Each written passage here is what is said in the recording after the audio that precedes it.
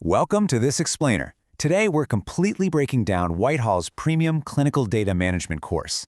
Now, right off the bat, I need to tell you, this isn't your standard high-level introductory overview. Not at all. It's a truly practitioner-grade dive. It's designed specifically to move you way beyond basic compliance, straight into true operational mastery of clinical data, literally from first-in-human trials all the way to final database lock. If you're a clinical data professional, well, you already know the exact stakes involved here. So let's just dive right into it.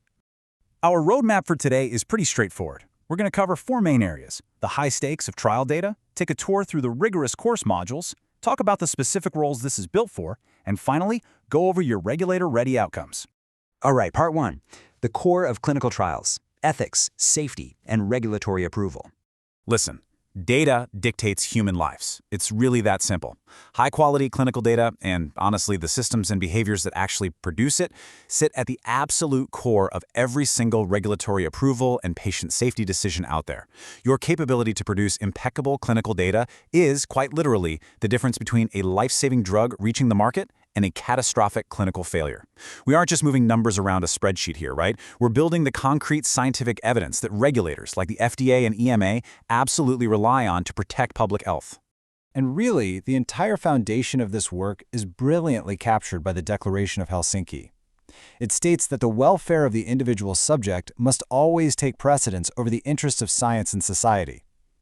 As this bedrock ethical principle shows, high-quality data and the rigorous good clinical practice behaviors producing it ensure that you act as the ultimate shield for subject rights. Every single data point represents a real human being who volunteered for research. Moving right along to Section 2, inside the course modules, or what we like to call the architecture of quality. Now, what's incredibly interesting here is the massive paradigm shift happening in the modern era of data management.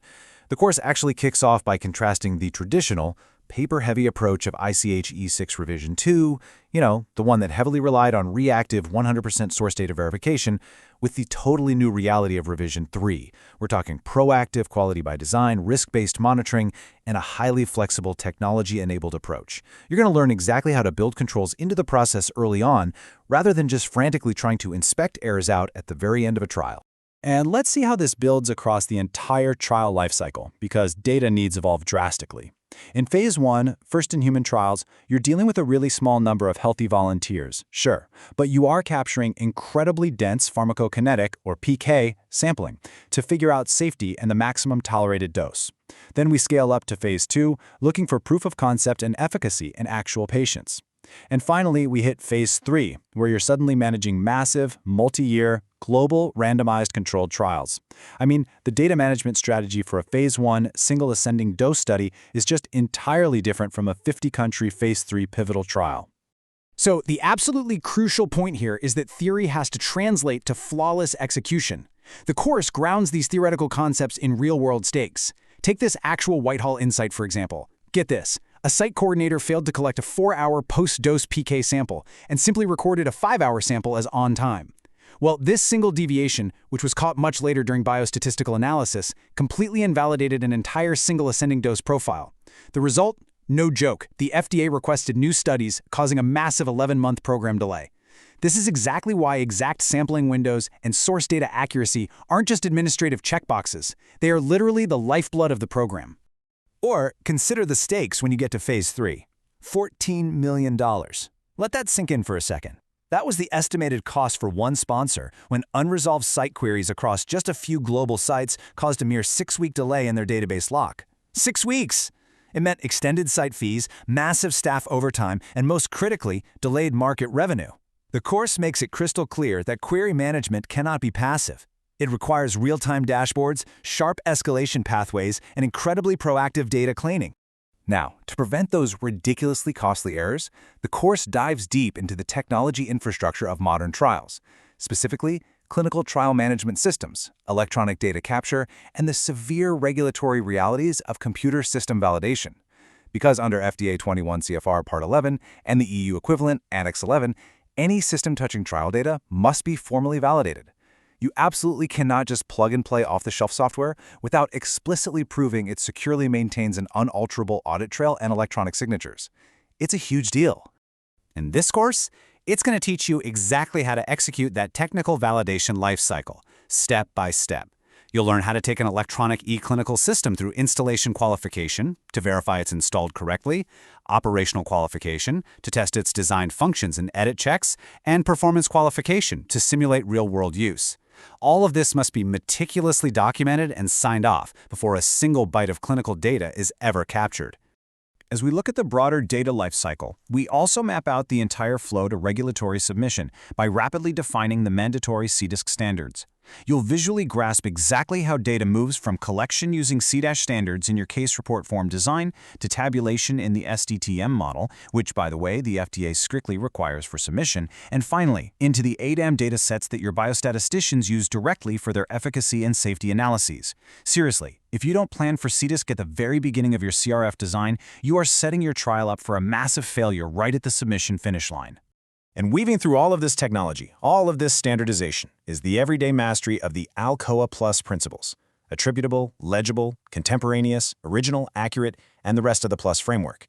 This course heavily reinforces that these aren't just corporate buzzwords. They are the actual daily practice of data integrity. Think about it. If a data entry in the EDC isn't perfectly traceable back to an original source document, accompanied by a precise audit trail of exactly who entered it and when, regulators will simply assume it never happened, period. Okay, Section 3. Let's talk about who this course is actually for, the heroes of data integrity. This course speaks unapologetically directly to you, the highly analytical professionals right there in the trenches: clinical data managers, study coordinators, clinical research associates, biostatisticians, data engineers, and sponsor or CRO data leads. We intentionally use industry-native language here. We're not going to waste your time on basic definitions you already know. Instead, we focus entirely on upgrading your daily operational practice and giving you the exact tools you need to manage complex global trials. Is designed specifically to validate and empower those of you who bear the ultimate responsibility for this data. From the exact moment the very first patient is screened and signs that informed consent, through every single edit check, query, and site monitoring visit, all the way to the final critical database lock. You own the integrity of that data, the whole shebang.